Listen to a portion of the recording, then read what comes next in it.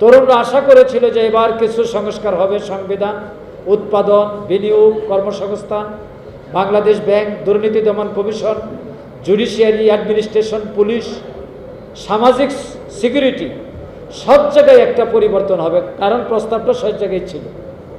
কিন্তু আজকে বলা হচ্ছে কি, পার্লামেন্টে দাঁড়িয়ে খুবই প্রত্যেকটি মানুষের হৃদয়ে এই বক্তব্যটি আঘাত করেছে যে সংস্কারের বাহানা করে নির্বাচন পিছিয়ে যায় কি না, এই সন্দেহ বা এই আশঙ্কা থেকে আমরা জুলাই সনদ মেনে নিয়েছিলাম, স্বাক্ষর করেছিলাম। কত বড় প্রতারণার কথা! যে জাতি সংস্কার চায়, পরিবর্তন চায়, রিফর্ম চায়, সেই জাতির সামনে বক্তব্যটা দেওয়া। যে তারুণ্য নিয়ে আজকে আমাদের বক্তব্য, সেই তারুণ্যের what is the present position of young generation. আমি একটি গবেষণা জার্নালে দেখলাম এবং একটি পত্রিকায় এটা প্রকাশ হয়েছে যে বাংলাদেশে বর্তমানে তরুণদের জন্য সবচেয়ে বড় সমস্যা, সংকট হচ্ছে মাদকাসক্তি, এবং এটা কিভাবে তরুণদেরকে আক্রমণ করছে তার একটা পরিসংখ্যান আসছে। দেখা যাচ্ছে যে দৈনিক মাদক খাতে সারা বাংলাদেশে ব্যয় হচ্ছে 20 কোটি টাকা। তরুণরা যে মাদক দ্রব্য সেবন করছে তার টোটাল যোগফল হলো 20 কোটি টাকা। 365 দিয়ে যদি গুণ করা হয় তাহলে এক বছরে মাদকের পেছনে ব্যয় হচ্ছে 7,300 কোটি টাকা। কল্পনা করা যায় একটা দেশের কি করুণ অবস্থার মধ্যে আমরা আছি। এরপরে তরুণদের নিয়ে যে বক্তব্য, বাংলাদেশে তরুণদের বিষয়ে একটা প্রতিবেদন দৈনিক ইত্তেফাকে 2 দিন আগে প্রকাশিত হয়েছে। সেখানে বেকারত্বের একটি চিত্র ফুটিয়ে তোলা হয়েছে। বলা হয়েছে বাংলাদেশে বর্তমানে প্রায় 15 to 17% তরুণ তারা সম্পূর্ণ বেকার। আর এগ্রিগেট টোটাল যে কর্মসংস্থানের অবস্থা, সেটা গার্মেন্টস সহ সব কিছুকে যদি সামনে আনা হয় তাতে বাংলাদেশে এখনও 4.5 থেকে 5% মানুষ বেকারত্বের অভিশাপে জর্জরিত হয়ে আছে। একটি দেশের সরকারের প্রধান কাজ হলো যুব সমাজের কর্মসংস্থানের ব্যবস্থা করা। উদাহরণ হিসেবে জাপানের কথা আসে।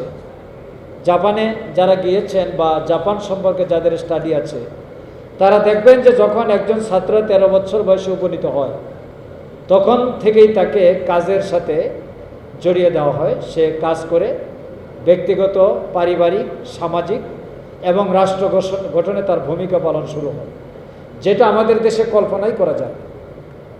আজকে আমাদের দেশের তরুণরা বিপ্লব করলো, রক্ত দিল, আন্দোলন করলো, সংগ্রাম করলো, আজকে সেই তরুণদের কন্ট্রিবিউশনটাও স্বীকার করা হচ্ছে। সবচেয়ে বড় আশ্চর্যের ব্যাপার, পৃথিবীর 400 গণতান্ত্রিক আন্দোলনের ইতিহাসে সবচাইতে বেশি আলোচিত এবং স্বল্প সময়ের মধ্যে সফল একটি আন্দোলন হইল বাংলাদেশের স্বৈরাচার বিরোধী আন্দোলন। বলা হয় 36, আসলে তো মানলে 17 ডেজ। মাত্র 17 দিনে একটা স্বৈরাচারে পতন হলো। যে তরুণরা পরিবর্তনের প্রত্যাশা নিয়ে এই পরিবর্তনটা করলেন, রক্ত দিলেন, সেই পরিবর্তনকে কবর রচনা করে দেওয়া। 270 দিন ব্যয় করা হলো সংস্কার প্রস্তাব রেডি করতে, স্বাক্ষর করলেন। তরুণরা আশা করেছিল যে এবার কিছু সংস্কার হবে, সংবিধান, উৎপাদন, বিনিয়োগ, কর্মসংস্থান, বাংলাদেশ ব্যাংক, দুর্নীতি দমন কমিশন, জুডিশিয়ারি, অ্যাডমিনিস্ট্রেশন, পুলিশ, সামাজিক সিকিউরিটি, সব জায়গায় একটা পরিবর্তন হবে, কারণ প্রস্তাবটা সব জায়গায় ছিল। কিন্তু আজকে বলা হচ্ছে কি, পার্লামেন্টে দাঁড়িয়ে খুবই প্রত্যেকটি মানুষের হৃদয়ে এই বক্তব্যটি আঘাত করেছে যে সংস্কারের বাহানা করে নির্বাচন পিছিয়ে যায় কি না, এই সন্দেহ বা এই আশঙ্কা থেকে আমরা জুলাই সনদ মেনে নিয়েছিলাম, স্বাক্ষর করেছিলাম। কত বড় প্রতারণার কথা! যে জাতি সংস্কার চায়, পরিবর্তন চায়, রিফর্ম চায়, সেই জাতির সামনে বক্তব্যটা দেওয়া হয়। অর্থনৈতিক দিক থেকে আমি বলতে চাই যে আগামী 7ই জুন সংসদে বাজেট অধিবেশন শুরু হবে। নিঃসন্দেহে অর্থমন্ত্রী অত্যন্ত সুন্দর ব্রিফকেস ভর্তি কিছু কাগজ নিয়ে মূল পয়েন্টগুলো উপস্থাপন করে বলবেন যে বাদ বাকিগুলো হোলসেলে পাওয়া যাবে এবং ওইগুলো পঠিত বলে গণ্য হইবে। এরপরে আমাদের সংসদ সদস্যগণ সেখানে বক্তব্য রাখবেন। কিছুদিন বক্তব্য দেওয়ার পর একটা সম্পূরক বাজেট পাস হবে এবং সরকারের উপস্থাপিত বাজেটটিও কণ্ঠভোটে সেখানে পাস হয়ে যাবে, হয়তো দয়া করে কিছু সংশোধনী সহ। অনেকগুলো প্রশ্ন থেকে যাবে, জাতিকে এই প্রশ্নের মীমাংসা করতে হবে। একটি হলো সোশ্যাল সিকিউরিটি, যেটা বাজেটের সবচেয়ে গুরুত্বপূর্ণ একটি খাত হওয়া উচিত। আর অন্যান্য যেগুলি আছে কৃষি, শিল্প, বাণিজ্য, শিক্ষা, এই ব্যাপারে আমি কথা বলবো না। 55 বছর যাবৎ এইগুলি আলোচনা হচ্ছে, কিন্তু কৃষির কোনো পরিবর্তন হয় নাই। আপনি দেখেন কৃষিভিত্তিক বাংলাদেশ জিডিপিতে এবং এখনও বাংলাদেশের যে সামগ্রিক উৎপাদন, কৃষির অবদান সবচেয়ে বেশি, কিন্তু সেই কৃষি খাতে সরকারের যে বাজেট, সেই বাজেট এখনও অনেক কম। কি পরিমাণ, যেহেতু বাজেট প্রস্তুতি চলছে, এটা এখনই নিরূপণ করা নির্দিষ্ট করে বলা যাচ্ছে না। শিক্ষার ব্যাপারে বলার অপেক্ষা রাখে না। সামাজিক নিরাপত্তার ক্ষেত্রে আমি বলবো যে একটি সুন্দর বক্তব্য বর্তমান সরকারও দিচ্ছেন। ওনারা নারীদের কথা বলছেন, উইমেন এম্পাওয়ারমেন্ট, উইমেন সিকিউরিটির কথা বলছেন, কিন্তু বাজেটে কি আসতেছে? বাজেটে বিগত বাজেট সময় 1.2%, গোটা বাজেটের 1.2% সোশ্যাল সিকিউরিটিতে ব্যয় করা হয়েছে, অথচ জাপানে এই খাতে ব্যয় করা হয় 21%। বাংলাদেশের বাজেটের আয় তো কম না, 9 লক্ষ কোটি টাকা। 9 লক্ষ কোটি টাকার বাজেটে 1.2% যদি সোশ্যাল সিকিউরিটি হয়, তাহলে এখানে সামাজিক নিরাপত্তা বলয় গড়ে উঠবে কেমনে?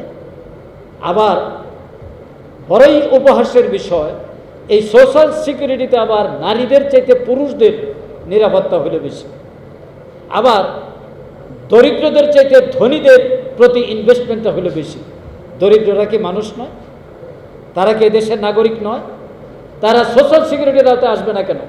বাজেট পর্যালোচনা করে অতীতে দেখা গেছে, এবং সরকার যে বাজেট প্রস্তাবনা রেডি করছেন, সেখানে সোশ্যাল সিকিউরিটিকে পূর্বের মতো রেখে দেওয়া হয়েছে। আমরা এটা পরিবর্তন চাই এবং এটা আনতে হবে। তা না হলে আমাদের নারীরা, ইতিমধ্যেই তো নারীরা আক্রমণের শিকার বহু জায়গায় হয়ে গেছেন। আপনারা রাজশাহীতে একজন নারীকে পিটানো হয়েছে, আবার মিছিলে হামলা করা হয়েছে, ঢাকা বিশ্ববিদ্যালয়ে ঘটনা ঘটেছে, সব জায়গায় ঘটনা ঘটছে। নারীদের সিকিউরিটি বাড়ানোর জন্য বাজেটে যেমন উদ্যোগ থাকতে হবে, রাষ্ট্রীয়ভাবে এই উদ্যোগটি থাকতে হবে। এরপরে আমি যে কথাটি বলেই আমার কথা শেষ করতে চাই, সেটা হলো যে দেখেন, বাংলাদেশে বিনিয়োগের পরিমাণ খুবই হতাশাব্যঞ্জক।